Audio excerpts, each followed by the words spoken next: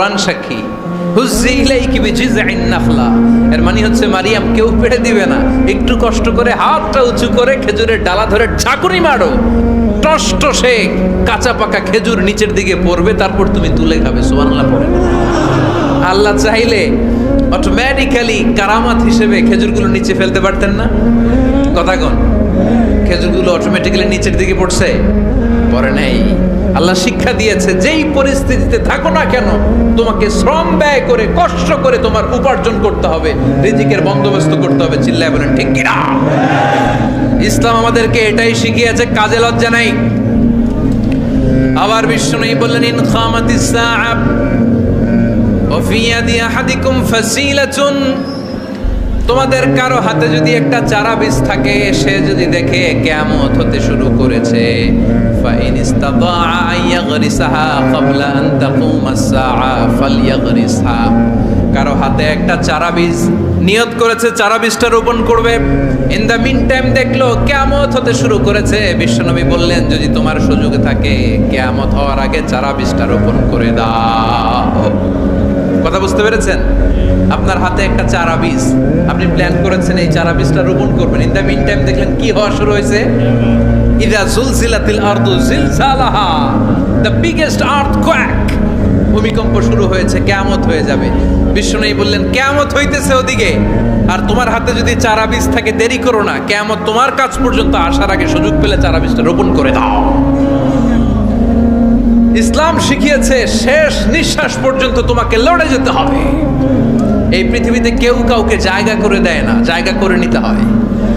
এই পৃথিবীটা, the life is not a bed of roses, এটা ফুল বিছানো কোনো ফুল সজ্জা নয়, এটা কণ্টকাকীর্ণ। কেউ আপনার স্পেস করে দিবে না, কেউ আপনাকে সুযোগ করে দিবে না, কেউ আপনার জায়গা করে দিবে না, বরং আপনি জায়গা করে নিলে টাইনা নিচে নামাবে। কথা বলেন? এজন্য কখনো অলসতাকে স্থান দেয়া যাবে। রসুল বাত্তালি দুক্কানু শয়তান, অলস মস্তিষ্ক শয়তানের আড্ডা। অলস যদি কেউ থাকে এটাতে টেনে বেঁধে কাজে নামাবেন, পারা যাবে? আলহামদুলিল্লাহ লক্ষ্মীপুরে এরকম অলস ছেলে পেলে নাই।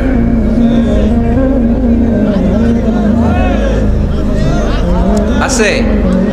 আমরা আজকে অলসতাকে নো বলে যাবো এই মাহফিল থেকে। অলসতাকে আমরা কি বলবো? আওয়াজ করে বলতে হবে। অলসতাকে কি বলবো আমরা? মুমিনের জীবনে কোনো অলসতা নাই। অলস হয় মুনাফিকরা। অলস হয় কারা?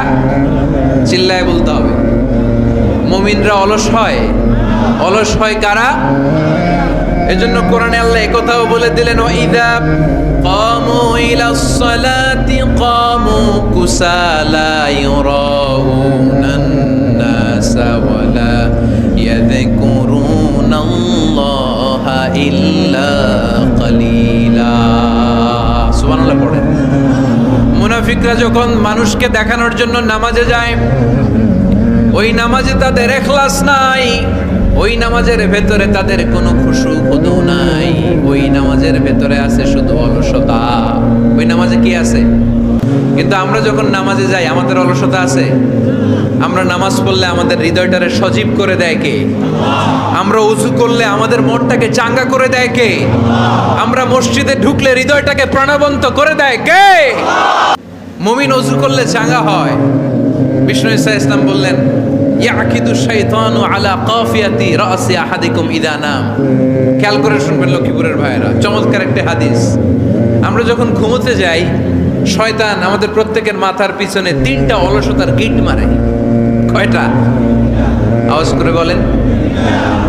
3টা অলসতার গিট মারে। ইয়াকিদু শাইতানু আলা কাফিয়াতি রাসি আহাদিকুম সালাসা উকাব। 3টা গিট মারে যখন আমরা ঘুমোতে যাই। অলসতার 3টা গিট মেরে আমাদের কানের সামনে এসে ফিসফিস করে মন্ত্র পড়তে থাকে, আলাইসা লাইলুন তাওয়িলুন ফারকুদ, আলাইসা লাইলুন তাওয়িলুন ফারকুদ। বিশাল লম্বা রাত, ঘুমাও। অনেক সময় আছে, ঘুমাও। রাত 5টা বেজে যাচ্ছে, তাহাজ্জুদের সময় শেষ হয়ে যাচ্ছে, তখনও শয়তান বলে রাত অনেক লম্বা, ঘুমাও। ফজরের সময় পার হয়ে যাচ্ছে, সূর্য উঠে যাচ্ছে, শয়তান বলে আলাইসা লাইলুন তাওয়িলুন ফারকুদ, এখনো অনেক সময় আছে, লম্বা লম্বা লম্বা চৌড়া রাত পড়ে আছে, তুমি ঘুমাও। বিশ্বনবী বললেন ফাইনিস্তাইকাযা ওয়া যাকারাল্লাহ ইনহাল্লাত উকদা। আমার উম্মতের কেউ যখন ঘুম থেকে জেগে ঘুম থেকে ওঠার দোয়া পড়া শুরু করে দেয়, অলসতার প্রথম গিটটা সাথে সাথে খুলে দেয় কে? আপনি ঘুম থেকে উঠেই যখন ঘুম থেকে ওঠার দোয়া পড়বেন, আপনার অলসতার প্রথম গিট খুলে দেয় কে? ঘুম থেকে ওঠার দোয়াটা কি? আলহামদুলিল্লাহিল্লাযী আহিয়ানা বা'দামা আমাতানা ওয়া ইলাইহিন নুশুর। প্রশংসা সে আল্লাহ, যে আল্লাহ আমাদেরকে লম্বা একটা ঘুম শেষে, মৃত্যু শেষে আমাদেরকে ঘুম থেকে উঠালেন। এই দোয়াটা পড়ার সাথে সাথে শয়তান যে 3টা গিট মারছে, ওই 3টার একটা খুলে দেয় কে? ফাইন তাওয়াদ্দা ইনহাল্লাত উকদা। ঘুম থেকে জেগে ঘুমের দোয়া পড়ার পরে যখন কেউ ওযু করে ফেলে, অলসতার দ্বিতীয় গিটটাও খুলে দেয় কে? ওযু করার পরে ফাইন সাল্লাত ইনহাল্লাত উকদা। নামাজের মুসল্লায় দাঁড়িয়ে যখন নামাজ শুরু করে দেয়, অলসতার 3 নাম্বার গিটটাও খুলে দেয় কে? 3টা গিট যখন খুলে দেয়, বিষ্ণু ইসলাম বললেন ফাসবাহা নাশীতাল কলব। নাশীত, তখন মুমিন বান্দা সজীব হয়ে ওঠে, প্রাণবন্ত হয়ে ওঠে, উচ্ছ্বসিত হয়ে ওঠে। ওয়া ইল্লা খাবিসান নাফসি কাসলান। আর যদি ঘুমিয়ে থাকে, 3টা গিট তার মাথার পেছনে শয়তানের অলসতার লেগে থাকে, তাহলে তার দিনটা শুরু হয় অলসতা দিয়ে, আর সে হয় অলসতার রাজা। চিল্লায় এখন ঠিক কিনা? এজন্য আমরা কি অলস হতে চাই না কর্মঠ হতে চাই? কোন নবীরা কি অলস ছিলেন? পৃথিবীতে কোন নবী অলস ছিলেন? সব নবী কর্মঠ ছিলেন। বিষ্ণু ইসলাম বললেন মা বাআসাল্লাহু নাবিয়্যান ইল্লা রাআল গানাম। এই পৃথিবীতে এমন কোন নবী নাই যেই নবী বকরি চড়ায় নাই। কি চড়ায় নাই? বকরিরে আপনারা লক্ষ্মীপুরের ভাষায় কি বলেন? কি বলেন? ছাগল। তো পৃথিবীতে এমন কোন নবী নাই যেই নবী কি চড়ায় নাই? ছাগল চড়ায় নাই। সাহাবারা বললেন ইয়া রাসূলুল্লাহ আনতা কাযালিক? আপনিও ছাগল চড়াইছেন? বিষ্ণু ইসলাম বললেন না, আমিও ছাগল চড়িয়েছি। ওয়া ইন্নী আরআহা আলা কারারিতি আহলি মক্কা। আমি তো মক্কাবাসীদের অল্প কিছু পয়সার বিনিময়ে তাদের ছাগলগুলোকে চড়িয়ে দিতাম। সুবহানাল্লাহ পড়বেন না? বিষ্ণু ইসলাম ছাগল চড়াতেন। ছাগল চড়ানো সহজ কাজ না কঠিন কাজ? কেন কঠিন এটা? হ্যাঁ, টেরা খুঁটি মারে। হ্যাঁ, কি করে? বসে থাকতে হয়। তো ছাগল যারা পালে তারা জানে ছাগল পালা কত কষ্ট। ওরে ডানে টান দিলেও কই যায়, রশি ধরে বায়ে টান দিলে কই যায়, সামনে টানলে কই যায়, পিছনে টানলে কই যায়। সারা সপ্তাহ আপনি সময় পান না এটারে গোসল করাবেন। ভাবলেন আজকে জুমার দিন আমিও গোসল করি, এটারে গোসল করাই। এটারে আপনি পুকুর ঘাটে নিবেন, টান দিয়েছেন, ওর বাপের কিরা ও 1 ইঞ্চিও সামনে যাবে না। ঠিক কি না? এই টেরা প্রাণী আল্লাহর কি কি মহিমা! আল্লাহ তাআলা পৃথিবীর সবচেয়ে শ্রেষ্ঠতম মানুষদেরকে ছাগল চড়িয়ে ছেড়েছেন। ঠিক কি না? মা বাআসাল্লাহু নাবিয়্যান ইল্লা রাআল গানাম। এই পৃথিবীতে এমন কোন নবী ছিল না যে নবীরা ছাগল চড়ায় নাই। আল্লাহ বুঝাতে চাইলেন ছাগল চড়ানো অনেক কষ্টের কাজ, অনেক ধৈর্যের প্রয়োজন। এখন নবীরা তোমরা ছাগল চড়াও, কিছুদিন পর ছাগলের চেয়েও টেরা জাতি মানুষ চড়াইতে হবে। মানুষের মধ্যেও টেরা আছে না নাই? ভালো বললে ভালোটা বুঝে না, ডানে যেতে গেলে বায়ে যায়, বায়ে যেতে বললে ডাইনে যায়, এরকম আছে না নাই? সম্মানিত ভাইয়েরা, সমস্ত আম্বিয়া আলাইহিমুস সালাম ওনারা কর্মঠ ছিলেন। সাইয়েদনা আদম আলাইহিস সালাম নিজ হাতে চারা গাছ রোপণ করে চাষাবাদের কাজ করেছেন। সুবহানাল্লাহ পড়েন। সাইয়েদনা ইব্রাহিম আলাইহিস সালাম চাষাবাদের কাজ করেছেন। সাইয়েদনা দাউদ আলাইহিস সালাম নিজ হাতে যুদ্ধের জন্য যে পোশাক পরতে হয়, যেটা পরলে গায়ের মধ্যে ছুরি মারলেও ঢুকে না, ওই শিরস্ত্রাণ বানিয়েছেন, নিজ হাতে তলোয়ার বানিয়েছেন। সুবহানাল্লাহ পড়েন। সাইয়েদনা মূসা আলাইহিস সালাম ছাগল চড়িয়েছেন। সাইয়েদনা মূসা আলাইহিস সালামের মেজাজ নরম না গরম? নবীদের মধ্যে সবচেয়ে বেশি মেজাজওয়ালা নবী ছিলেন মূসা আলাইহিস সালাম। উনিও 8 থেকে 10 বছর সাইয়েদনা শুআয়ব আলাইহিস সালামের এরিয়াতে ছাগল চড়িয়েছেন। চিল্লায় বলেন সুবহানাল্লাহ। এজন্য নবীরা যেহেতু কাজ করেছেন, কর্মঠ ছিলেন, আমরাও কর্মঠ হব। ঠিক কিনা? সাহাবারাও কর্মঠ ছিলেন। বিশ্বনবীর সাহাবারাও ব্যবসা করতেন। সাইয়েদনা আবু বকরের বিশাল ব্যবসা প্রতিষ্ঠান ছিল। সুবহানাল্লাহ পড়েন। আপনারা হজ উমরা করেছেন কে কে দেখি? করছেন? মাশাআল্লাহ, যারা করে নাই আল্লাহ তাদেরকেও আল্লাহর ঘর জিয়ারতের তুমি নসিব করো। বিশ্বনবীর মাকবারার সামনে দাঁড়িয়ে আমরা যেন সালাম পেশ করতে পারি, তুমি নসিব করো। বাইতুল্লাহ শরীফে এবং মসজিদ নববীতে আমরা যেন সালাত আদায় করতে পারি, আল্লাহ তুমি নসিব করো। সাইয়েদনা আবু বকর রাদিয়াল্লাহু তাআলা আনহুর ব্যবসা প্রতিষ্ঠান ছিল মক্কার কাবা ঘরের পাশেই। ওনার ব্যবসা প্রতিষ্ঠানগুলো যেখানে ছিল ঠিক ওইখানেই সৌদি সরকার এখন শপিং মল বানিয়ে দিয়েছে, মাতজার আবু বকর। মক্কা শহরের যেখানে বহিরাগতরা এসে ওখানে ছাগল, ওখানে ঘোড়া, উট এগুলো রাখতো, আস্তাবল রাখতো, ঘোড়া আর উট যেখানে রাখা হতো ঠিক ওই জায়গায় সৌদি সরকার ওটার পার্কিং লট বানাই দিচ্ছে। মানে যেখানে আগে সাহাবাদের ব্যবসার জায়গা ওইখানে বর্তমানে শপিং মল। যেখানে আগের সময়কাল সাহাবারা উট আর ঘোড়া রেখে বাঁধতো ওইখানে এখন গাড়ি ঘোড়া রাখার ব্যবস্থা করা হয়েছে। সাইয়েদনা আবু বকর অনেক বড় ব্যবসায়ী ছিলেন। ওনার নিজ টাকা দিয়ে হাবাসা থেকে আসা সাইয়েদনা বেলালকে তিনি 20,000 স্বর্ণ মুদ্রা দিয়ে উমাইয়া ইবনে খালাফের কবল থেকে তিনি মুক্ত করেছেন। সাইয়েদনা উসমান যুন্নুরাইন বড় ব্যবসায়ী ছিলেন। নিজের টাকা দিয়ে মদিনার মুসলমানেরা পানি খেতে পারে না, বিইরে রুমা নামে একটা কুয়া ছিল, এই কুয়ার মালিক ছিল ইহুদি। মুসলমানেরা পানি খেতে গেলে এসে বকা দিত, পানি খেতে দিত না। বিশ্বনবী বললেন, আমার সাহাবীদের মধ্যে এমন কি কেউ নাই নিজের অর্থায়নে বিইরে রুমা কিনে মুসলমানদেরকে দিয়ে দিবে? সাইয়েদনা উসমান যুন্নুরাইন বলল, ইয়া রাসূলুল্লাহ, আপনার খেদমতে আমি হাজির। মুহূর্তের মধ্যে সাইয়েদনা উসমান যুন্নুরাইন নিজের অর্থায়নে বিইরে রুমাটা কিনে মুসলমানদের জন্য সদকা করে দিয়েছে। তো ব্যবসা না করলে, কর্মঠ না হলে, উপার্জন না হলে সদকা করা যাবে? চিল্লায় বলেন, করা যাবে? সুনানে তিরমিজির বর্ণনা, বিষ্ণু ঈসা ইসলাম মক্কা থেকে যত সাহাবারা হিজরত করে মদিনায় এসেছে, মদিনাতে কোনো না কোনো সাহাবার সাথে বিশ্বনবী ভ্রাতৃত্বের বন্ধনে আবদ্ধ করে দিয়েছে। সুবহানাল্লাহ পড়েন। এজন্য মক্কা থেকে যারা এসেছে এদেরকে বলে মুহাজির। এদেরকে কি বলে? আর মদিনায় যারা ছিল এদেরকে বলে আনসার। এদেরকে কি বলে? আওয়াজ করে উত্তর দিবেন। মক্কা থেকে যারা এসেছে তাদের নাম, আর যারা মদিনার সাহাবী তাদের নাম আনসার। আজকে এই মাহফিলে লক্ষ্মীপুর এর বাইরে থেকে কারা কারা আসছেন দেখি?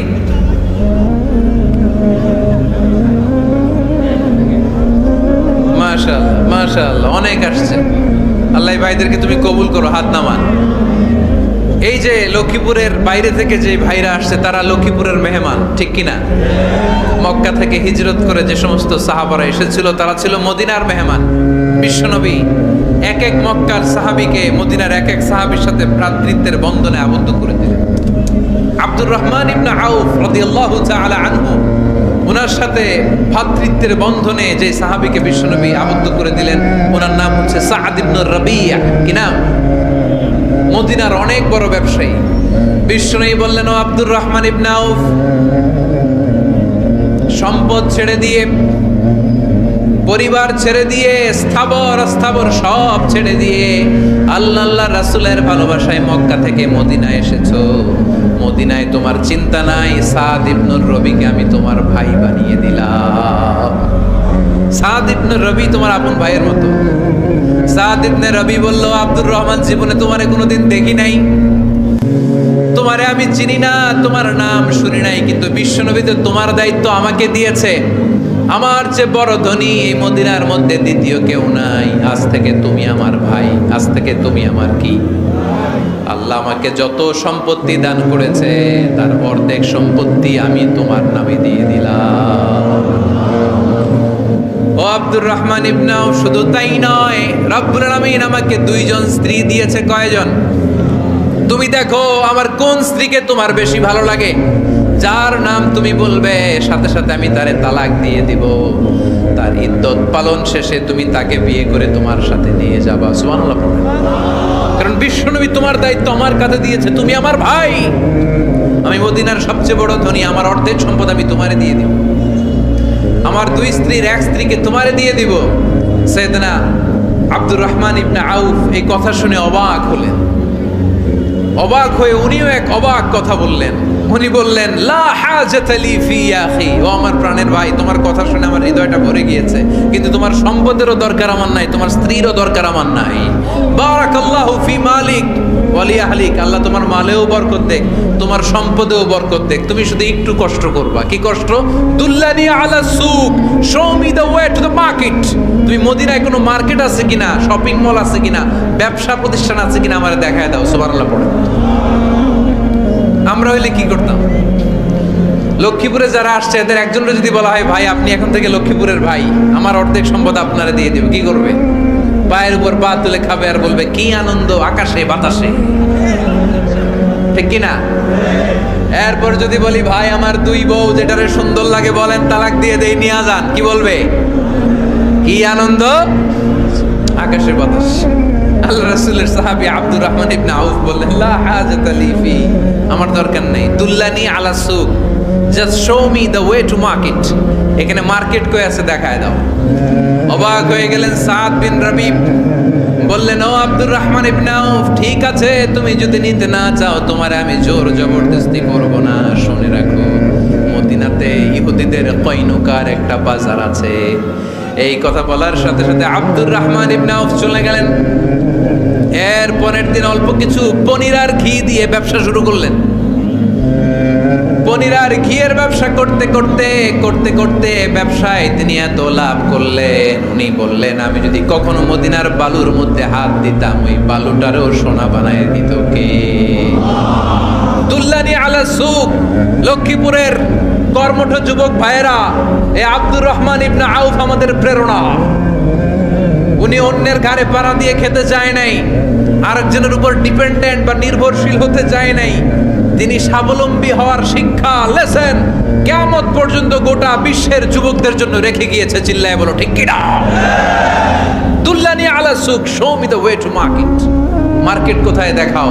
পনির আর ঘি নিয়ে ব্যবসা করতে করতে কয়েক মাসের ব্যবধানে ইতিহাস সাক্ষী, সাইয়েদনা আব্দুর রহমান ইবনে আউফ মদিনার বিশাল বড় বিজনেস ম্যাগনেটে পরিণত হয়ে গেলেন। চিল্লায় পড়েন আল্লাহু আকবার। এজন্য ব্যবসার ভিতরে বরকত ঢুকিয়ে দিয়েছে কে? বিষ্ণুই বললেন, আত-তাজিরা সাদুকাল আমিন মা'আন নাবিয়্যিন ওয়াস সিদ্দীকিন ওয়াস শুহাদা'i ওয়াস সালিহিন। আমানতদার ব্যবসায়ী তারা সাধারণ কোনো মানুষ নয়, কিয়ামতের দিন নবীদের সাথে হাসর হয়ে যাবে। আপনারা যারা ব্যবসা করেন, এটা সাধারণ বিষয় নয়। বিষ্ণু ইসলাম নিজেও ব্যবসায়ী ছিলেন। ওনার জীবনের প্রথমে তিনি খাদিজা রাদিয়াল্লাহু তাআলা আনহার ব্যবসার স্টাফ হয়ে কাজ শুরু করেছেন, এরপর নিজে ব্যবসা শুরু করেছেন। এরপরে খাদিজাতুল কুবরা রাদিয়াল্লাহু তাআলা আনহা সব সম্পত্তি বিয়ের পরে বিশ্বনবীর পায়ের সামনে ঢেলে দিয়েছেন। বললেন, ইয়া রাসূলুল্লাহ, এই সম্পদ আমি আপনাকে দিয়ে দিলাম, আপনি ইচ্ছামতো দিনের প্রয়োজনে খরচ করেন। সুবহানাল্লাহ পড়েন। এজন্য বিষ্ণু ইসলাম আমাদের জন্য উপমা, আব্দুর রহমান ইবনে আউফ আমাদের জন্য উপমা। যারা ব্যবসা করেন তারা বিষ্ণু ইসলামের সুন্নাহ পালন করছেন। আত-তাজির আস-সাদুক আল আমিন। বিষ্ণুই বললেন, সত্যবাদী আমানতদার ব্যবসায়ী, যে ব্যবসা করতে যে মিথ্যা কথা বলে না। অনেক ব্যবসায়ীরা আছে পণ্য চালানোর জন্য মিথ্যা কথা বলে আর কসম কাটে, আছে না নাই? আহা, এমনটা করা যাবে? সকালবেলা স্ত্রীরে বলে, এই গরুগুলা বিক্রি করবো, তুই একটা দাম কত কমো? স্ত্রীরে শিখাই দিচ্ছে, এই গরুর দাম তুই 40,000। তো বউ বলে, ঠিক আছে, দাম কইলাম 40,000। তো এরপরে বাজারে যখন গরু বিক্রি করতে যায়, একজন যখন বলে যে, ভাই এটা 30,000 টাকা দিয়ে কিনবো, কয়, ভাই আল্লাহর কসম, সকালে একজন 40,000 দাম কইছে, আমি দেই নাই। আছে না নাই? কৌশল করে। বউরে শিখাইছে সকালে, কয় তুই দাম কর 40,000। তো বাজারে যে সকালে একজন দাম করছে, দাম করে কইছে 40,000 দেই নাই, আপনার 30,000 কেমনে দেই? এরকম ডাকাইতে আছে না নাই? আলহামদুলিল্লাহ লক্ষ্মীপুরে এরকম লোকজন নাই। আরে নাই, আমি কই নাই, এরা কই আছে। লক্ষ্মীপুরের মানুষ খুব ধার্মিক, আমি জানি। লক্ষ্মীপুর, নোয়াখালী, ফেনী এই বেল্টের লোকজন খুব আল্লাহওয়ালা। এদের মধ্যে আল্লাহওয়ালার সংখ্যা বেশি, এখানে আলেম ওলামা বেশি, এখানে মসজিদ মাদ্রাসা বেশি। এই জন্য এই জেলাগুলোতে আল্লাহর রহমতও বেশি। আল্লাহ তুমি এই জেলার ছেলেপেলাদেরকে, এই জেলার লোকদেরকে তুমি কবুল করো, মা বোনদেরকে তুমি কবুল করো। সম্মানিত ভাইয়েরা, এজন্য আজকের মাহফিল থেকে আমরা যেটা শিখলাম সেটা হচ্ছে পরিশ্রমে কোনো লজ্জা আছে? আমরা কাজ করে খাবো, ঠিক কিনা? Never underestimate any job. যুবক ভাইয়েরা, লক্ষ্মীপুরের যুবক ছেলেরা শুনতেছ? এরকম আওয়াজ করতে হবে, কান খাড়া করে শুনো। Never underestimate any job. কোনো চাকরিকে ছোট করে দেখা যাবে, whether it small or big, you don't care. এটার কেয়ার করা যাবে না। ছোট্ট চাকরি পাইলেই ঢুকে যাবা, বড় অফার আসলে পরে ঢুকবা। এটা ছোট কাজ, এটা হোটেলের ওয়েটার, এটা ছোট্ট স্টাফ, এটা কেরানি না। কাজ কাজই, কাজের মধ্যে কোনো ছোট বড় নাই। খেটে খাওয়া মানুষকে বিশ্বনবী অনেক সম্মান করতেন। বিষ্ণু ঈসা ইসলাম খেটে খাওয়া মানুষদেরকে এত ভালোবাসতেন, বিদায় হজের মতো এত গুরুত্বপূর্ণ ভাষণও এই মেহনতি মানুষদের কথা বাদ যায়নি। সুবহানাল্লাহ পড়বেন না? দিনটা ছিল জুমাবার। বিষ্ণু ঈসা ইসলাম আরাফাতের ময়দানে দাঁড়িয়ে ঐতিহাসিক একটা ভাষণ দিলেন। এই ভাষণের নাম হলো বিদায় হজের ভাষণ। এই বিদায় হজের ভাষণেও খেটে খাওয়া মানুষের কথা বিশ্বনবী বাদ দেয় না। বিশ্বনবী বলেছেন, আরিক্কাকুম আরিক্কাকুম, খবরদার অধীনস্থ কর্মচারীদের সাথে খারাপ আচরণ করো না। আতঈমুহুম মিম্মা তাকুলুন ওয়াকসুহুম মিম্মা তালবিসুন। খবরদার মনে রেখো, তোমরা যা খাবে তোমাদের অধীনস্থ কর্মচারীদেরও তা খাওয়াবে, তোমরা যা পড়বে তাদেরও তা পড়াবে। বিশ্বনবী শেষ নিঃশ্বাস ত্যাগ করে যাওয়ার আগে যেই কয়েকটা কথা বলেছিলেন তার মধ্যে মেহনতি মানুষদের জন্য কথা আছে না নাই? বিষ্ণু ঈসা ইসলাম যখন শেষ নিঃশ্বাস ত্যাগ করবেন তিনি বলেছিলেন, আসসালাত আসসালাত, উম্মতেরা নামাজ নামাজ নামাজ ছেড়ে দিও না, নামাজ তরক করো না, নামাজ কাজা করো না। আর বলেছিলেন, ওমা মালাকাত আইমানুকুম, অধীনস্থ কর্মচারীদের সাথে খবরদার খারাপ আচরণ করো না। যারা কর্মচারীদের সাথে খারাপ আচরণ করে, যারা মানুষের কাছ থেকে শ্রম নিয়ে কাজ করিয়ে টাকা দেয় না, কিয়ামতের দিন তাদের বিরুদ্ধে মামলা দায়ের করবে কে? কে করবে? হাদিসে কুদসি সাক্ষী বিষ্ণু ঈসা ইসলাম বলেন, আল্লাহ তাআলা ফরমান, আনা খাসমুহুম সালাসাতুন আনা খাসমুহুম ইয়াউমাল কিয়ামা। তিন শ্রেণীর ব্যক্তির বিরুদ্ধে আল্লাহ বলেন, আমি নিজেই কিয়ামতের দিন মামলা দায়ের করব। I will be against them in the day of judgment. Three categories of people, I will be against them in the day of judgment. তিন শ্রেণীর লোক কিয়ামতের দিন তারা ছাড় পাবে না। আল্লাহ বলেন, আমি নিজেই তাদের বিরুদ্ধে মামলা দায়ের করব। এর মধ্যে এক শ্রেণীর লোক হচ্ছে রাজুলুন ইস্তাআজারা জিরান ফাস্তাউফা মিনহু ওয়া লাম ইউতি আজরা। একজন শ্রমিক ভাড়া করে তার কাছ থেকে কাজ নিয়েছে কিন্তু তার পারিশ্রমিক আদায় করে নাই। এরকম আছে না নাই? দাপট দেখায়, দাপট দেখায় ইউনিভার্সিটির ক্যান্টিনগুলোতে। ইউনিভার্সিটির ক্যান্টিনে যে খায় মাগার বিল দেয় না, এরকম টাকায় আছে না নাই? চায়ের দোকানে চা খেয়ে পরে দিমু, বিল দেয় না, আছে না নাই? দোকানে যে পণ্য কিনে বিল দেয় না, পরে দিমু, আছে না নাই? কিয়ামতের দিন আল্লাহ তোর এই মাস্তানি ছুটাবে, চিল্লা এখন ঠিক কিনা? আনা খাসমুহুম, আমি নিজেই তাদের বিরুদ্ধে মামলা দায়ের করব। কথাটা কার? এজন্য বিশ্বনবী বললেন, খবরদার মেহনতি মানুষ, খেটে খাওয়া মানুষ, এদের দোয়া কবুল হয়ে যায়। আতুল আজিরা আজরাহু ক্বাবলা আন ইয়াজিফা আরাকুহু। খবরদার বিশ্বনবী বললেন, শ্রমিকের ঘাম শুকিয়ে যাওয়ার আগে তাদের পারিশ্রমিক মিটিয়ে দাও। বিশ্বনবীর বিখ্যাত হাদিস, আতুল আজিরা আজরাহু ক্বাবলা আন ইয়াজিফা আরাকুহু। শ্রমিকের ঘাম মাটিতে লাগার আগে, শুকিয়ে যাওয়ার আগে তাদের পারিশ্রমিক মিটিয়ে দাও। কেননা তারা যদি বদদোয়া করে তোমার জীবনরে জাহান্নাম বানিয়ে দিবে কে? বিষ্ণু ঈসা ইসলাম সব সময় খেটে খাওয়া মানুষদেরকে আগলে রাখতেন। সব সময় শুধু যে ভাষণে মেহনতি মানুষদের সাথে ভালো আচরণ করতে বলতেন, শ্রমিকদের সাথে ভালো আচরণ করতে বলতেন এমনটা নয়, ওনার ব্যক্তিগত জীবন ঘাটলেও দেখা যায় উনি শ্রমিকদের সাথে কেমন আচরণ করেছেন। বিষ্ণু ঈসা ইসলামের একজন খাদেম ছিল, আপনারা তার নাম জানেন? কি নাম? সবাই বলেন। আনাস। আওয়াজ করে বলেন বিশ্বনবীর খাদেমের নাম। নামটা কেমন লাগে? ভালো লাগে? ছেলে হইলে রাখবেন তো? রাখবেন? অনেকে আমার জিজ্ঞেস করে যে আমার একটা ছেলের নাম বলে দেন। এই এলাকার যদি কারো সম্ভাব্য আগন্তুক 2-1 মাস পরেই ছেলে পৃথিবীতে আসবে, এর নাম রাখবেন আনাস। নাম কি রাখবেন? খাদিমু রাসূলিল্লাহ, আল্লাহ রাসূল সাল্লাল্লাহু আলাইহি ওয়াসাল্লামের খাদেম। এই খাদেমের কাছ থেকে একটু শোনেন ওনার মালিক কেমন ছিল। শুনবেন নাকি কষ্ট হচ্ছে? সম্মানিত ভাইরা খেয়াল রাখবেন, কোন পীর সাহেবের ব্যাপারে যদি আপনি রিপোর্ট চান, পীর সাহেবের বউয়ের কাছ থেকে শুনবেন। কথা কয় না? বোঝে নাই বোধ হয়। একজন পীর সাহেব হুজুর উনি কেমন, রিপোর্ট নেবেন কার কাছ থেকে? কার কাছ থেকে? বউয়ের কাছ থেকে। একজন বড় সাহেব, বড় নেতা, তার ব্যাপারে যদি রিপোর্ট পেতে চান, আমি কয়েকটা জায়গা বলে দিই, এই জায়গাগুলো থেকে রিপোর্ট নেবেন। 1 নাম্বার তার ড্রাইভার, 1 নাম্বার। 2 নাম্বার তার বাড়ির দারোয়ান, 2 নাম্বার। 3 নাম্বার তার খাদেম, 3 নাম্বার। 4 নাম্বার তার ঘরের কাজের মেয়ে, 4 নাম্বার। এদের কাছ থেকে আসল রিপোর্ট পাওয়া যায়, ঠিক কিনা? এবার বিশ্বনবীর ব্যাপারে বিশ্বনবীর খাদেম কি বলে শুনবেন? বুঝে নাই বোধহয়। বিশ্বনবীর ব্যাপারে বিশ্বনবীর খাদেম কি কমেন্টস করছে শুনতে চান? খাদেমের নাম আরো জোরে বলতে হবে।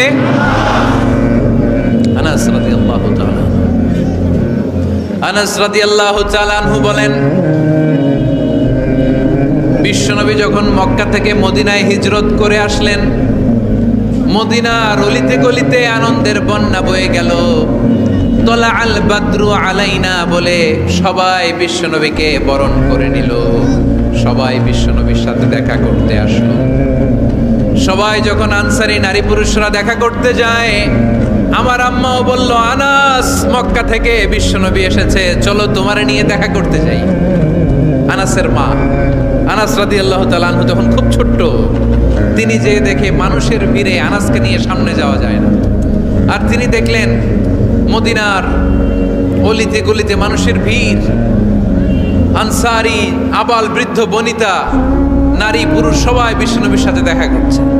আর যারাই দেখা করছে হাতে কোনো না কোনো হাদিয়া নিয়ে বিশ্বনবীর সাথে দেখা করতেছে। সুবহানাল্লাহ কইবেন না? আনসারী যত সাহাবারা বিশ্বনবীর সাথে দেখা করতে এসেছে, কি নিয়ে আসছে? কথা কয় না? তাহাদাও তাহাব্বু, হাদিয়া দাও, একে অপরকে হাদিয়া দাও। তোমাদের মধ্যে ভালোবাসার বন্ধনকে বাড়িয়ে দিবে কে?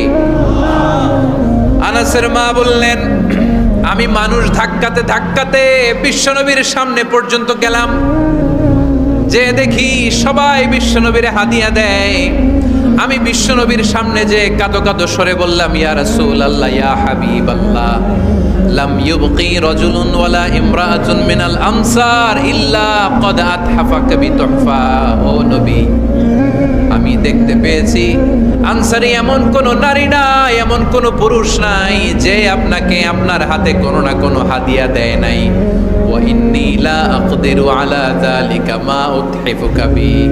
কিন্তু ইয়া রাসূলুল্লাহ, ইয়া হাবিবাল্লাহ, আমার কাছে তো কোনো টাকা নাই,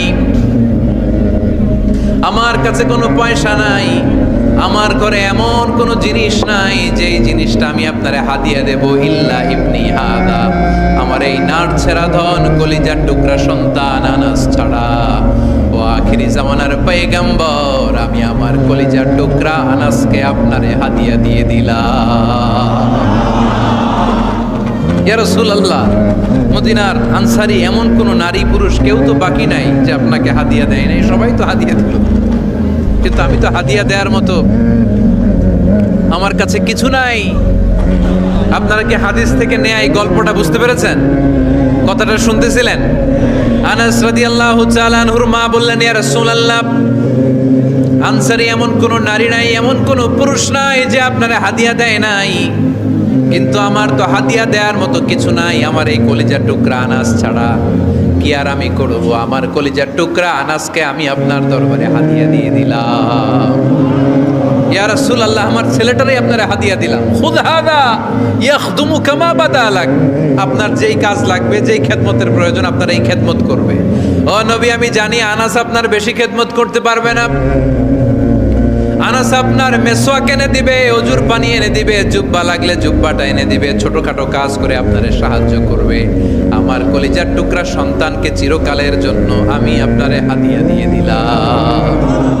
আনাস রাদিয়াল্লাহু তাআলা আনহু বর্ণনা করছেন, আমি দাঁড়িয়ে দাঁড়িয়ে শুনছি আমার আম্মা বলছে আমি নাকি বিশ্বনবীর জন্য হাদিয়া। সুবহানাল্লাহ পড়েন।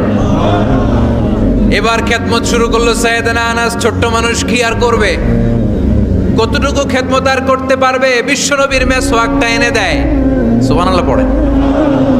বিশ্বনবীর আতরের শিশিটা এনে দেয়, বিশ্বনবীর জাইতুনের তেলের বোতলটা আগিয়ে দেয়, বিশ্বনবীর জামাটা প্রয়োজনে বিশ্বনবীর হাতে এনে দেয়। সাইয়েদনা আনাস বলেন, আমি 1 বছর নয়, 2 বছর নয়, 5 বছর নয়, 7 বছর নয়, 10 বছর বিশ্বনবীর খেদমত করেছি। ফামা দরাবানি, 10 বছরে একদিনও তিনি আমারে মারে নাই। সুবহানাল্লাহ। একদিন আমার গায়ে হাত তোলে নাই, হাত তোলা তো দূরের কথা, ওয়ালা সাব্বানি, কোনোদিন গালি দেয় নাই, ওয়ালা আবাসা আলা ওয়াজহি, কখনো বিরক্তি স্বরে ভ্রু কুঁচকে আমার দিকে বিশ্বনবী কোনোদিন তাকায় নাই। সুবহানাল্লাহ পড়েন। কোনোদিন আমার গায়ে হাত তোলে নাই। আরে হাত তোলা তো দূরের কথা, আমাকে ধমকি পর্যন্ত দেয় নাই। ধমকি দেয়া তো দূরের কথা, আমরা অনেক সময় বিরক্ত হয়ে ভ্রু কুঁচকাই না। এরকম বিরক্তি হলে আমরা কারোর প্রতি বিরক্ত হলে কি হয়? কপাল ভ্রু কুঁচকে ওঠে, ঠিক কিনা? সাইয়েদনা আনাস বললেন কোনোদিন মারে নাই। খাদেম বলতেছে, খাদেম, বড় সাহেবের রিপোর্ট কার থেকে নিতে হয়?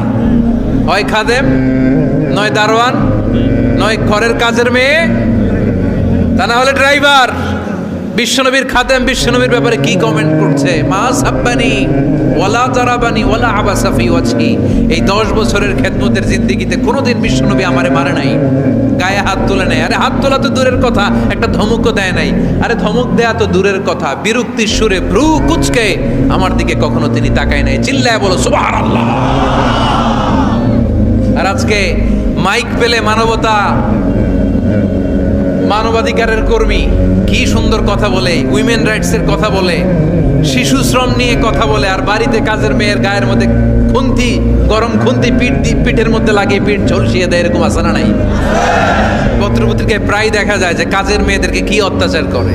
খুন্তি গরম করে করে চামড়ার মধ্যে লাগিয়ে স্কিন ঝলসে ফেলেছে, গ্রিলের মধ্যে বেঁধে রেখেছে, সময় মতো খাবার দেয় নাই, পিটিয়ে মাথার চুল কামিয়ে মাথা নেড়া করে দিয়েছে। এরকম আছে না নাই?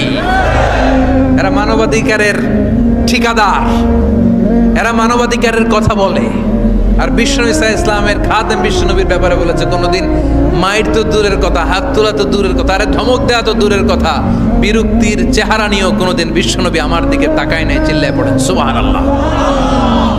বিশ্বনবী একবার সাইয়েদনা আনাস রাদিয়াল্লাহু তাআলা আনহুকে একটা ছোট্ট জিনিস আনতে পাঠালেন।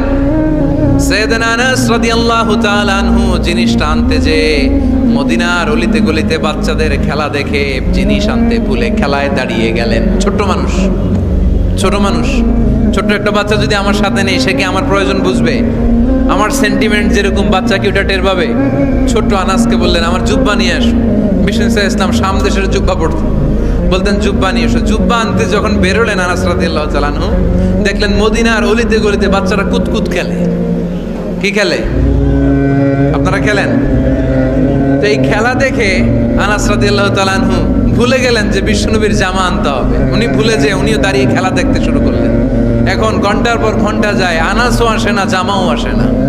বিশ্বনবী ভাবলেন হায়রে আনাস মনে হয় ভুলে গিয়েছে, কি আর করা যাই, নিজের জামা নিজেই নিয়ে আসে। বিশ্বনবী বের হলেন জামা আনতে, বের হয়েই দেখে মদিনার গলিতে বাচ্চারা খেলতেছে, ওইদিকে আনাস রাদিয়াল্লাহু আনহু দাঁড়ানো। বিষ্ণু ইসলাম কিছু বললেন না, যে উনিও আনাস রাদিয়াল্লাহু তাআলা আনহুর পাশে দাঁড়িয়ে খেলা দেখতে আরম্ভ করলেন। সুবহানাল্লাহ পড়বেন না? সাইয়েদনা আনাস খেলা দেখতে দেখতে হঠাৎ বিশ্বনবীর দিকে চোখ পড়ে গেছে। বিশ্বনবীর চোখের দেখে যখন সাইয়েদনা আনাস রাদিয়াল্লাহু তাআলা আনহুর চোখ পড়ে গেছে, সাইয়েদনা আনাস বলে আমার কলিজাটা এখান থেকে এই দিকে চলে আসছে। ভয়ে, কিসে? ভয়ে। উনি বললেন আমার গলা শুকিয়ে যেতে আরম্ভ করলো, কাঁপতে লাগলাম। হায় হায়, এখন আমার মনে পড়ছে বিশ্বনবীর জামা আনতে পাঠাইছিল, ভুলে গেছে খেলার আবেশে পড়ে। উনি বললেন বিশ্বনবী আমারে ধমক দেন নাই, আমার গায়ে হাত তোলেন নাই, জামানতে পাঠাইছি, এখানে খেলা দেখতেছো, এটাও বলেন নাই, বিরক্তিও প্রকাশ করেন নাই। বিশ্বনবী শুধু একটা হাসি দিয়েছেন, স্মাইল। কি দিয়েছেন? একটা মুচকি হাসি দিয়েছেন। কি হাসি? সাইয়েদনা আনাস বলে, ওই যে ওই দিনের বিশ্বনবীর মুচকি হাসির শাসন মরার আগের দিন পর্যন্ত আমি আনাসকে সোজা রাস্তায় রেখেছি, আর ডানে বায়ে নেয় নাই। শাসন করতে জানলে লাঠি লাগে না, শাসন করতে জানলে ধমক লাগে না, শাসন করতে জানলে পিট্টি দেয়া লাগে না। মুচকি হাসি দিয়েও শাসন করা যায় কি যায় না? সাইয়েদনা আনাস বললেন, কোনোদিন মারে নাই, কোনোদিন ধমক দেয় নাই, সব সময় আমাকে আদর করেছে। চিল্লায় পড়েন সুবহানাল্লাহ। এজন্য সব সময় বিষ্ণু ইসা ইসলাম শ্রমিকদেরকে ভালোবাসতেন। শ্রমে কোনো লজ্জা নাই, লজ্জা হচ্ছে অলসতায়। আজ থেকে এই মাহফিল, এই এত বড় আয়োজন, এত বড় গ্যাদারিং তখনই সার্থক হবে যখন আমরা এই সিদ্ধান্তে আসতে পারবো যে আমরা অলস সময় কাটাবো না, আমরা আমাদের এই সময়গুলোকে প্রোডাক্টিভ ওয়েতে কাজে লাগাবো, কোনো না কোনো কাজের সাথে জড়িত হব। Never underestimate any job, whether it's big or small, বড় হোক বা ছোট হোক, কোনো কাজকে আমরা ছোট করে দেখবো না। যে কোনো কাজ করো না ভাই, যে কোনো কাজ করো, তা যেন হয় সবার চেয়ে সবচেয়ে সুন্দর। আমাদের অবসর সময়গুলোকে কাজে লাগানোর দরকার আছে না নাই? আমরা নিজেদেরকে কর্মঠ করে, কর্মজীবী হিসেবে, শ্রমজীবী হিসেবে নিজেদেরকে প্রতিষ্ঠিত করতে চাই। রাজি আছো মুসলমান? লক্ষ্মীপুরের যুবক ছেলেরা আওয়াজ করে বলো, পারা যাবে? লজ্জা কিসে? লজ্জা কিসে? অনেকে টাঙ্কি মারে এদিক সেদিক করে, আর বলে আমার আব্বা চেয়ারম্যান। আরে তোর আব্বা চেয়ারম্যান, তুই কি? আমার আব্বা MP, member of the parliament. আরে তোর বাবা এমপি, এটা তো তার গৌরব, তোর কি আছে সেটা বল। এজন্য নিজের পায়ে দাঁড়াবো। অলসতার সাথে আমাদের কোনো সম্পর্ক। আজকের এই মাহফিল থেকে আমরা অলসতা, অকর্মণ্যতাকে নো বলে দিলাম। অলসতাকে আমরা কি বললাম? আরো জোরে বলতে হবে, অলসতাকে কি বলবো?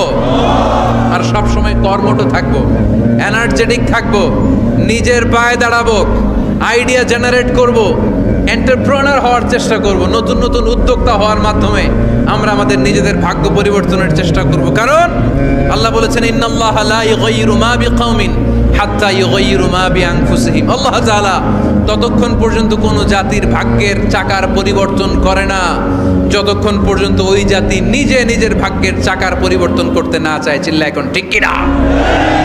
লাকাদ খালাকনাল ইনসানা ফি কাবাদ। আমি মানব জাতিকে কষ্ট সহিষ্ণু আর কর্ম সহিষ্ণু করে তৈরি করেছি। স্রষ্টা আমাদেরকে সৃষ্টি করে এক সংগ্রামে ঠেলে দিয়েছে। এখানে সংগ্রাম না করলে বেঁচে থাকা যায়? আমাদের সংগ্রামটা শুরু হয়েছে যখন আমরা মায়ের পেট থেকে বেরিয়েছি, ঠিক কিনা? একটা বাবার স্পার্মের মধ্যে 2 কোটি যদি শুক্রাণু না থাকে, সেখান থেকে সন্তান হয় না। তার মানে এই 2 কোটি শুক্রাণুর মধ্য থেকে আপনি একজন সফল মানুষ, যিনি বাকি 2 কোটির মধ্যে থেকে সব শুক্রাণুগুলোকে হারিয়ে আপনি সফল হতে পেরেছেন। সেখান থেকে দুনিয়ার বুকে আপনি যখন এসেছেন, আপনাকে সংগ্রাম করে আসতে হয়েছে। যারা সিজারের মাধ্যমে পৃথিবীতে আসে তাদের এই সংগ্রামটা থাকে না, কিন্তু যারা নর্মাল প্রসেসে পৃথিবীতে আসে তাদের প্রচণ্ড সংগ্রাম করে, প্রচণ্ড চাপা খেয়ে পৃথিবীতে আসতে হয়, ঠিক কিনা? কারণ আমাদের সাইজ ছিল অনেক বড়। আমাদের মায়ের যে অঙ্গটা দিয়ে আমরা পৃথিবীতে আসব, ওই জায়গাটা ছিল খুবই সরু। আমাকে সংগ্রাম করে, আমাকে যুদ্ধ করে, আমার নিজের অস্তিত্বের প্রমাণ দিয়ে চিৎকার মেরে এই পৃথিবীতে আসতে হয়েছে। চিল্লায় বলো ঠিক কিনা? এজন্য এই পৃথিবীর বুকে আমরা যতদিন থাকবো সংগ্রাম করে বাঁচতে হবে, ঠিক কিনা? পরিশ্রমে লজ্জা আছে? লজ্জা কিসে? মনে থাকবে লক্ষ্মীপুরের ছেলেরা, যে আয়াত দিয়ে শুরু করেছি সে আয়াত দিয়ে শেষ করছি। যখন সালাতের সময় হয় মসজিদে যাব, আর সালাত যখন শেষ হয় তখন মসজিদের বাইরে আমরা কাজে নেমে পড়বো। রাজি আছি তো? ফাইদা কুদিয়াতিস সালাতু ফান্তাশিরু ফিল আরদি ওয়াবতাগু মিন ফাদলিল। মৃত্যুটাই বাধা, মরলেই জান্নাতি। আয়াতুল কুরসির ভিতরে আল্লাহ তাআলা ওনার পরিচয় তুলে ধরেছেন খুব সংক্ষিপ্তভাবে, এক আয়াতে আল্লাহর পরিচয়। তারপর সূরা হাশরের শেষ 3 আয়াতে আল্লাহ তাআলা নিজের খুব চমৎকার পরিচয় তুলে ধরেছেন।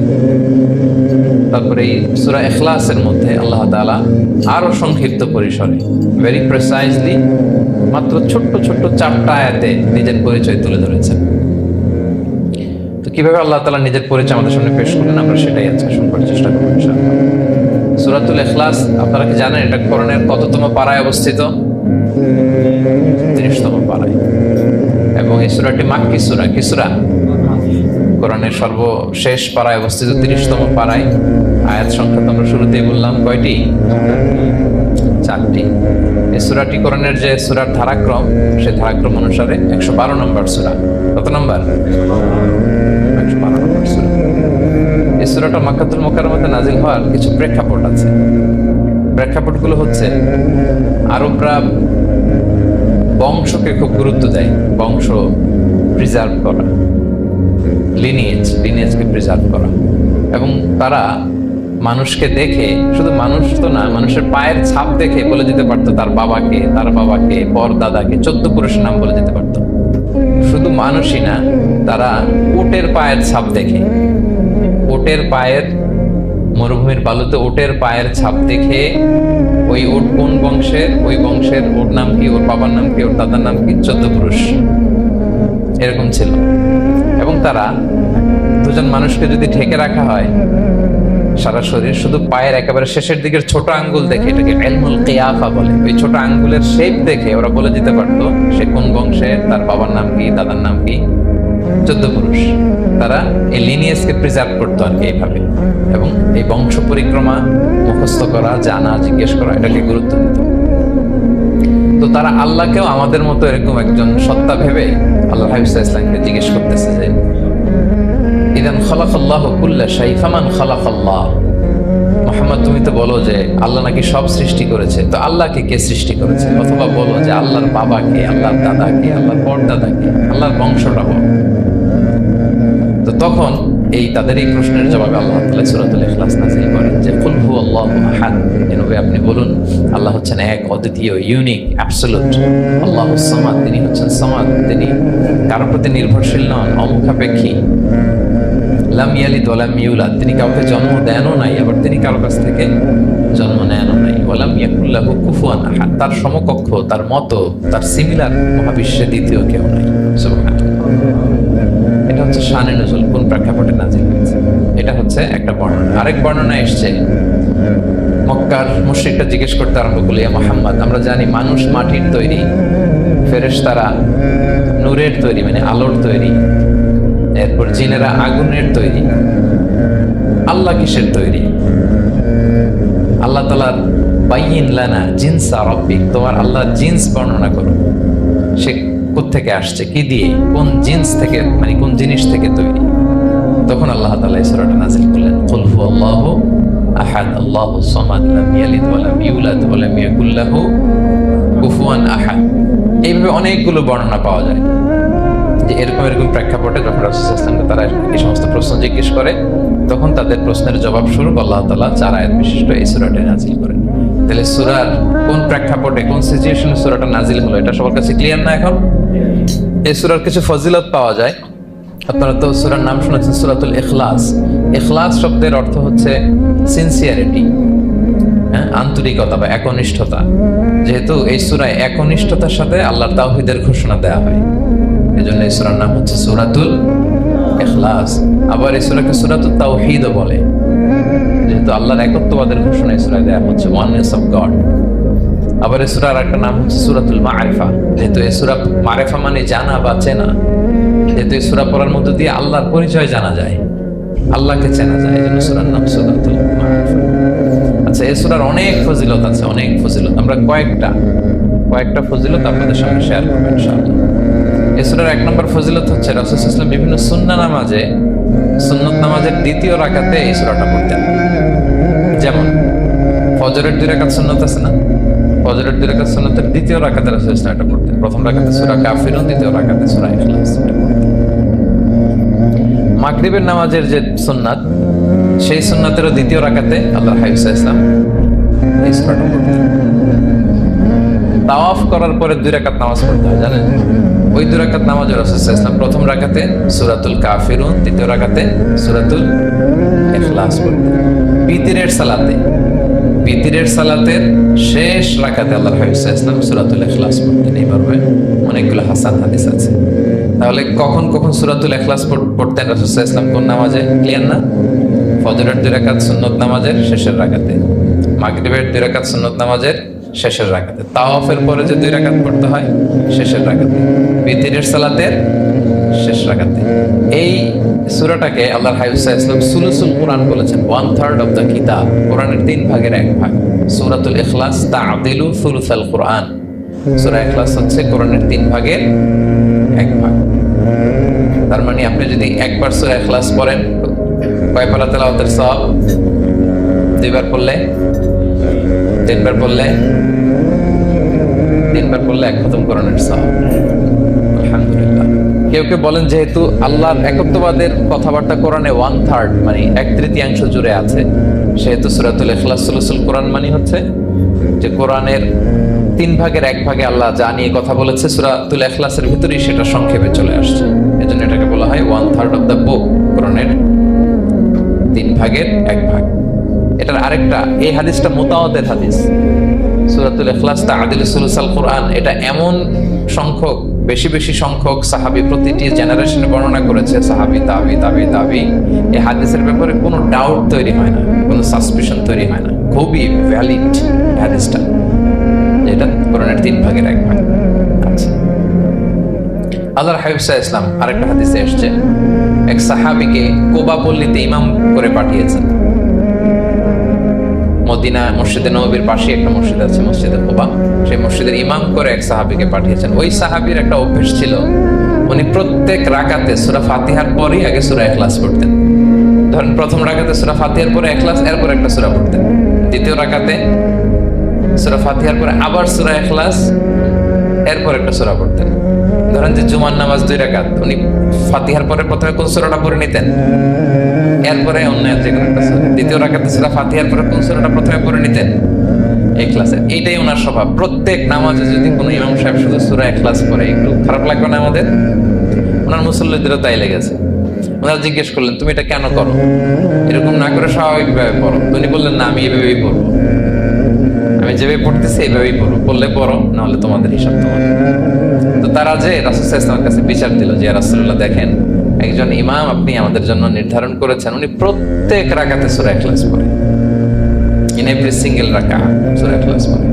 তো রাসূল সাল্লাল্লাহু আলাইহি ওয়াসাল্লাম তাকে ডাকলেন, ডেকে বললেন, ঘটনা কি? তুমি নাকি এরকম করো, প্রত্যেক রাকাতে ফাতিহার পরে আগে ইখলাস দিয়ে শুরু করো, কেন কেন করো? সে বলতেছে, ইয়া রাসূলুল্লাহ, হ্যাঁ আমি আসলে এমনটা করি, কারণ আমি এই সূরাটাকে বড্ড ভালোবাসি।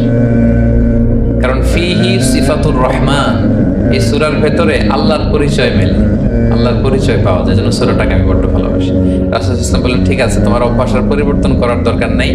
হুব্বুকা ইয়াহা ইউদখিলুকাল জান্নাহ, এই সূরার প্রতি তোমার এই ভালোবাসাই তোমাকে জান্নাতে প্রবেশ করাবে। আরেক বর্ণনায় এসেছে, তুমি যেমনি আল্লাহর পরিচয় থাকার কারণে সূরাটাকে ভালোবাসো, আল্লাহ জানিয়েছেন যেন তোমাকে জানাই আল্লাহও তোমাকে ভালোবাসে। ফিহি সিফাতুর রহমান, এই সূরার ভেতরে রহমানের পরিচয় পাওয়া যায়, আল্লাহ সুবহানাহু ওয়া তাআলার পরিচয় পাওয়া যায়। তো এই জন্য উনি প্রত্যেক রাকাতে সূরা ইখলাস পড়তেন। আরেকটা হাসান পর্যায়ের হাদিসে পাওয়া যায়, 9ম হিজরিতে আল্লাহর হাবিব সাল্লাল্লাহু আলাইহি ওয়াসাল্লাম তাবুক যুদ্ধে অংশগ্রহণ করেছিলেন। আপনারা তাবুক যুদ্ধের নাম শুনেছেন? হ্যাঁ, নিশ্চয়ই শুনেছেন, যারা ইসলামের ইতিহাস, বায়োগ্রাফি নিয়ে পড়াশোনা করেছেন।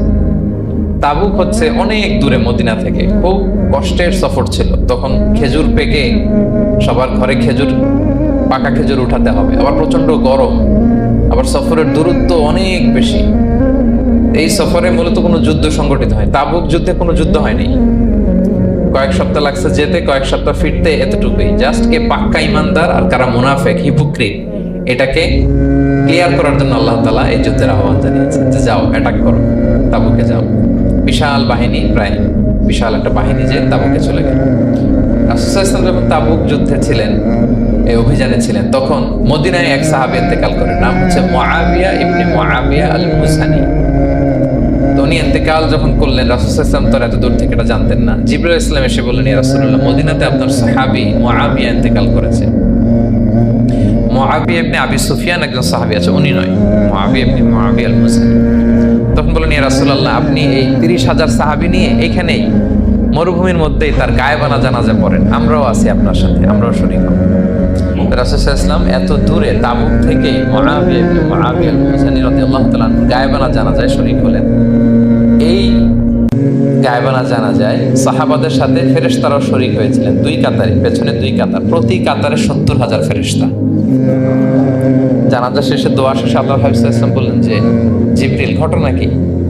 মুআবিয়ার এত স্ট্যাটাস, এত মর্যাদা, কি কারণে তুমি দুই কাতারে 70,000 হলে 1,40,000 বিশাল ফেরেশতাদের বহন নিয়ে তুমি জানাজায় জয়েন করলে, কারণ কি? কি তার মর্তবা? জিবরাইল আলাইহিস সালাম বললেন, ইয়া রাসূলুল্লাহ, আপনার সাহাবী মুআবিয়ার বৈশিষ্ট্য ছিল তিনি কাইমান আও কাঈদান, দাঁড়িয়ে অথবা বসে, মাশিয়ান আও রাকিবান, আরোহণ অবস্থায় অথবা চলন্ত অবস্থায়, উঠতে বসতে চলতে ফিরতে সব সময় সে পড়তে থাকতো কুল হুয়াল্লাহু আহাদ আল্লাহুস সামাদ লাম ইয়ালিদ ওয়া লাম ইউলাদ ওয়া লাম ইয়াকুল লাহু কুফুয়ান আহাদ। এই সূরাটা ছিল তার ডেইলি ওজিফা, সব সময় উঠতে বসতে চলতে ফিরতে কোন সূরা পড়তো? সূরা ইখলাস। এজন্য আল্লাহ তাআলার আদেশে আমরা 1,40,000 ফেরেশতা নিয়ে তার জানাজায় শরীক হয়েছে। সুবহানাল্লাহ। তাহলে বুঝতে পারতেছেন এই সূরার মর্তবা কতটা পছন্দনীয় সূরা আল্লাহর কাছে। যদিও ছোট আয়াত, কয়টা? কিন্তু আল্লাহর কাছে এটার ফজিলত অনেক বেশি। প্রিয় ভাইরা, শুধু এখানেই শেষ নয়, আল্লাহর হাবিব সাল্লাল্লাহু আলাইহি ওয়াসাল্লাম সকালে, সন্ধ্যায়, ফজরের পরে, মাগরিবের পরে এবং বিছানায় ঘুমোতে যাওয়ার আগে তিনি সূরাতুল ইখলাস, সূরা ফালাক, সূরা নাস পড়ে হাতের মধ্যে ফু দিতেন, দুই হাত একসাথে মিলিয়ে এরকম ফু দিয়ে মাথা থেকে বডিতে যতটুকু সম্ভব তিনি মাসাই করতেন। 3টা সূরাই শুরু হয়েছে কুল দিয়ে, এজন্য 3 সূরাকে একসাথে বলে কুল আস-সালাসা, মানে 3 কুল। এই 3 কুল তিনি ফজরের পর, মাগরিবের পর আর বিছানায় ঘুমোতে যাওয়ার আগে পরে হাতে ফু দিয়ে সারা গায়ে মেসেজ করতেন। আপনারা করেন? এই অভ্যাসটা, ওজিফাটা আছে তো আপনাদের, না? করবেন এটা। এটা special protection, you will get a special protection from Allah সুবহানাহু ওয়া তাআলা। অনেকে দেখবেন ব্ল্যাক ম্যাজিক করে। ব্ল্যাক ম্যাজিক কিন্তু সত্য। ম্যাজিক করে, সেহের করে আপনাকে দুর্বল করে ফেলবে। স্বয়ং আল্লাহর হাবিব সাল্লাল্লাহু আলাইহি ওয়াসাল্লামকে সেহের করা হয়েছিল। উনি কয়েক মাস স্ত্রীদের সাথে ফিজিক্যাল ইন্টিমেসিতে যেতে পারতেন না, এত দুর্বল হয়ে গেছিলেন। লাবিদ ইবনে আল-আসাম নামে এক ইহুদি মিত্র, সে জাদু করেছিল রাসূল সাল্লাল্লাহু আলাইহি ওয়াসাল্লাম। ওনার মাথার চুল চিরুনির ভেতরে 11টা গিট দিয়ে সেই ব্ল্যাক ম্যাজিক করেছে। নবী সাল্লাল্লাহু আলাইহি ওয়াসাল্লাম কয়েক মাস অসুস্থ ছিলেন। পরে সূরা ফালাক নাস যখন নাজিল হয় তখন আল্লাহ তাআলা রাসূল সাল্লাল্লাহু আলাইহি ওয়াসাল্লামকে সুস্থ করে দিলেন।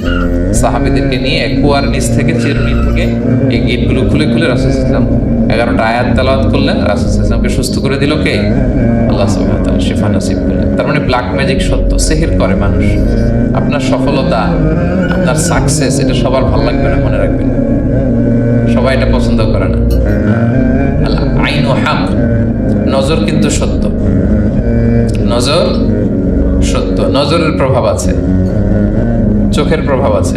এজন্য কারো ভালো কিছু দেখলে মাশা আল্লাহ বলবেন, আল্লাহর দিকে ফিরিয়ে দিবেন, ওটার কল্যাণ। কি বলবেন? একটা সুন্দর ফুটফুটে বাচ্চা দেখলে মাশা আল্লাহ। কারো সফলতা দেখলে, কারো ফার্মে গেলেন, বাগানে যেয়ে দেখলেন ফল মূল ভর্তি, কি বলবেন? মাশাআল্লাহ, বিসমিল্লাহ মাশাআল্লাহ বললে এটাতে আর ক্ষতি হয়। অনেকে বলে যে বাবা মা মাশাআল্লাহ বলা লাগে না, বাবা মা আর নাকি মামা, এই 3 জন নাকি মাশাআল্লাহ না বলার কিছু, এটা ভুল কথা। বাবা মারও বলতে হয়। বাবাও তার ছেলের কোনো সাকসেস, ভালো কিছু দেখলে কি বলবে? মাশাআল্লাহ, তাবারাকাল্লাহ, অথবা বিসমিল্লাহ মাশাআল্লাহ, এটা আপনারা বলবেন।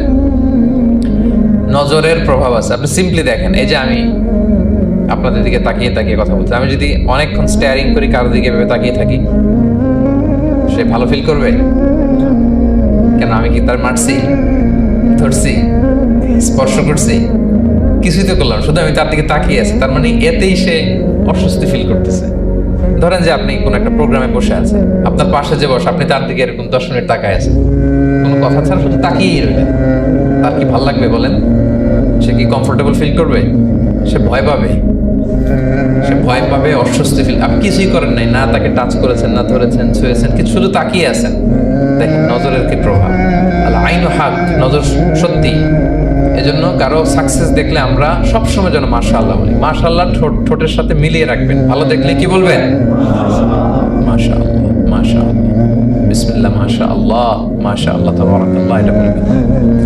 তাহলে আল্লাহর হাবিব সাল্লাল্লাহু আলাইহি ওয়াসাল্লামকেও সেহের করা হয়েছিল।